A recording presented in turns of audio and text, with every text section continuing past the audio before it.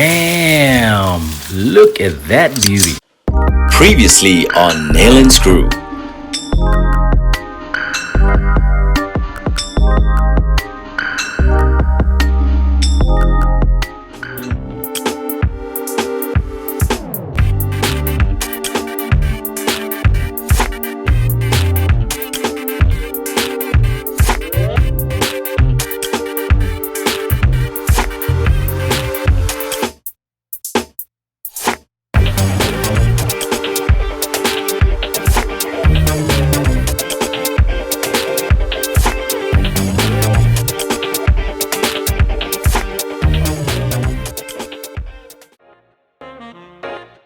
What is up, guys, and welcome back to the channel. If you're new here, make sure to go ahead and subscribe, like and share this content if you found it valuable. Now, if you missed out part 1 and 2 of this garden renovation, go and catch that out over here. And in part 1 and 2, basically what we've done is build our raised planter beds, plaster them, paint them, and even level the soil. So without any further ado, let's get into part 3, which includes trees, plants and shrubs. This is the very first tree we planted in our garden, and it was gifted through a family member. It is called a yucca plant, and I absolutely love how striking it is. You can see these are a couple of other varieties over here, 2 smaller versions, and it absolutely grows. It's as tough as nails, and you can see all the buds popping out all over the stem. But this one has 2 heads, as you can see, and the second one to the left of it as well. I love the beautiful, bright, brilliant green foliage on that backdrop of the wall, which is a stunning focal feature. I absolutely love this plant. They grow in any type of weather, any type of soil. I think it's a great collection for any garden. The second addition to our garden was this beauty called a sago palm, which goes by many other names, but it is an evergreen beauty and is pretty striking as well. It's got lovely evergreen foliage and loves the sun as well. So we planted it in this spot just to protect it from, any strong winds, but to get enough water and sunlight as well. You can see we wrapped it up pretty good, because if you get poked, you'll know all about it. So, you can also see it's pretty close to the wall, but it doesn't have invasive roots, so we were pretty happy with this location. Speaking of location is exactly why we moved into the raised planter beds, because that's exactly what this is all about. And we're taking a look at these beautiful Eugenia plants, right? Which you can see I'm grooming into lollipops. And of course it takes a bit of time, but hey, check in the background, that is a jasmine creeper, beautiful scent. Now, some of these Eugenia plants have grown well, and others not so well, like this example. But a simple trick, just pull back some of the foliage off the plant and let it recoup and regain its strength, and you can see it's already budding out. So once it gains full vigor, it'll grow beautifully and pick up strength quite quickly, like this example. However, take a look at the bark. You can see it is quite dark, and that is what you call soot. Now, very simple soapy water solution can sort this out quite quickly, and a gentle brushing. It's more just an eyesore than anything, but this guy is probably one of the strongest growers of the bunch. Speaking of which, here's another example. As you can see, it is in full bloom with all its autumn colors, reds and greens and ambers. Absolutely stunning, and it's taking shape quite beautifully. Now, you'll also notice on the bark, maybe lower down, where we've cut off some of the branching. Yes, I'm sure the critics would say we could do some neater pruning. But anyway, we're all newbies, we're learning together. And that's exactly what this is about. Here's another example of a relatively weaker plant, but that has regained its vigor. As you can see on the top, we pinch back a bunch of the leaves, and now it's gone into full bloom. Take a closer look. You'll see all of the beautiful autumn colors and how it's back budded incredibly. Now, some of these plants grow fully in one spot and not outward, but simple back budding can take care of all of that. And finally, we wrap up with another beautiful example. This is probably the best looking one of them all, and there's about 6 of these types of Eugenias that I've shared with you. Now you can see it is in full bloom, covered leaves as well, and yellows and greens and reds, absolutely stunning and taking shape quite beautifully. Very impressed with this example.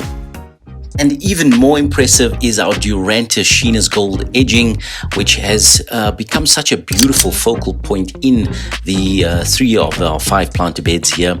They have this brilliant yellow and green foliage, and even pop out with a purpley blue flower twice a year in early spring and fall. And this hedging is so easy. It grows super fast. It fills in the gaps, as you can see. And there was probably about 15 to 20 plants that went in here in this 3-meter long planter bed.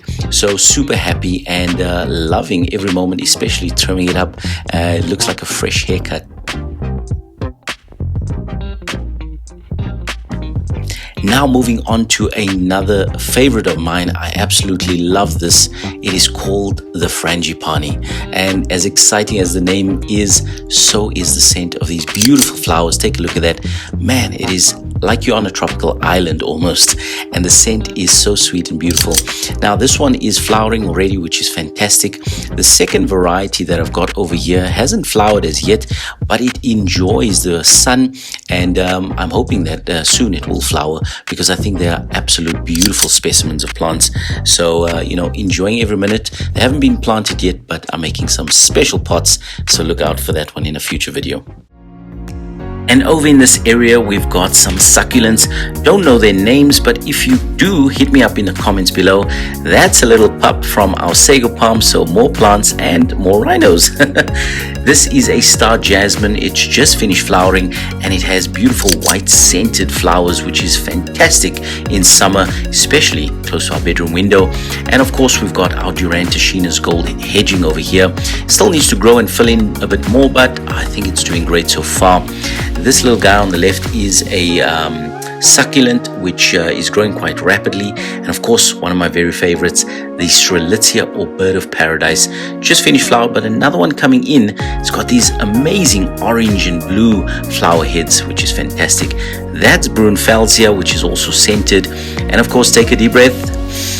That's mint. Yes, take a look at how it has exploded. It absolutely loves this area with the sunlight and water it's getting. And we've got one more star jasmine over here. So we've got to get a trellis in here to keep these guys in check, but that just means more DIYs. Yay for us. And then on this side over here, we've got some more succulents at the bottom with some euchers filling up the mid-range level, and another Strelitzia, which is fantastic. And that little guy in the background with its red and green leaves, I don't know its name either. It was a gift from a family member, but look how beautiful that plant is. And again, just filling in that area and adding some interest to the background. And here we've got a native tree to South Africa. It is called the fever tree, and it was actually mistaken a long time ago for giving malaria or fevers to travelers nearby rivers, but it does none of that. It is just called the fever tree because the name stuck. The birds love it to nest in, and it's actually quite a focal feature in any garden, so absolutely love it. Speaking of focal features, here's another bad boy. Well, actually it's called a half man. Interesting name. I don't know why it's called that, but there's a little guy growing, so you can see it goes from very small to very tall, and even taller than this example. It's got some thorns, so be careful, but they're pretty soft, and I think it's been a bit wind beaten, so got to take care of that, but I'm sure in the next growing season it'll look much better. Now this garden bed has a beautiful ground cover with some purple leaves, and then we've got our boxwood or Buxus green as it's commonly known. We've got a beautiful example of some grass growing there, and this is a very favorite plant. In fact, one of my granny's favorite plants called the gardenia comes out with beautiful scented flowers. This Buxus green is fantastic, but I think I need to add a few more just to spread out and fill this area to create a good hedge. This is a Oriya plant, if I'm not mistaken, also with some soft, gentle, white scented leaves. Fantastic in this area, and we've complemented it with the same balance on this side with another grass plant, as you can see as we get in there. And this is quite easy to manage. You just simply trim it back and it grows again. Here we've got a beautiful example of a young leopard tree. Yep, there's no wild animals just yet, but as you can see, the leaves are quite tiny and delicate. They close up in the the cold weather and then open up as the sun comes out. This one still needs to take and catch some vigor, but hopefully in the future will provide some good shade for afternoons in the garden. Now this is a cool but forbidden plant, let's call it that. It's a jacaranda tree, but I found this specimen and I can't wait until it grows up into its big glory that it can be, with its purple leaves that pop out during the springtime. This garden bed as well is exactly the same as the first one. It's mirrored with our two gardenias on each end, and then of course the Mariah in the center. So hopefully we can balance them out and make them look exactly identical. And this little fella over here is an avocado plant, which actually grew as it was just chucked in here. So I'm pretty pleased with that because I couldn't get anything else to grow. Now this little guy, I have actually used it to replace the other fever tree that I had in here, which unfortunately died. It was $10, so I said why not. And now birds get a little drink of water in the shade, which is awesome. We've got our famous plants over there which mirror the other end, as well as our strelitzias and a little olive tree in the background, I think. Well, here's a better example on the opposite end of what the olive tree should look like, and this is a fine specimen. If you take a closer look, you'll see the leaves have on one side a dark green and on the other side almost a silvery, very leathery type of feel, in fact. But this guy is growing tremendously. It's literally doubled in a couple of months, and I thought it was actually a slow grow but not. In fact, it's growing beautifully, and hopefully soon we'll get some olives. Here we've got some speck worms, as we call them locally. Legend has it that they actually are good for the ozone and clean up any pollution. We've also got a few cuttings and a few seedlings over there that I'm trying to grow. And again, we've got our Durantacenas gold, this time in a lollipop standard form, which is fantastic. I mean, take a look at that. Now you'll notice when it gets colder, the leaves get a bit darker, and we're moving into autumn very soon, so that's what's happening over there.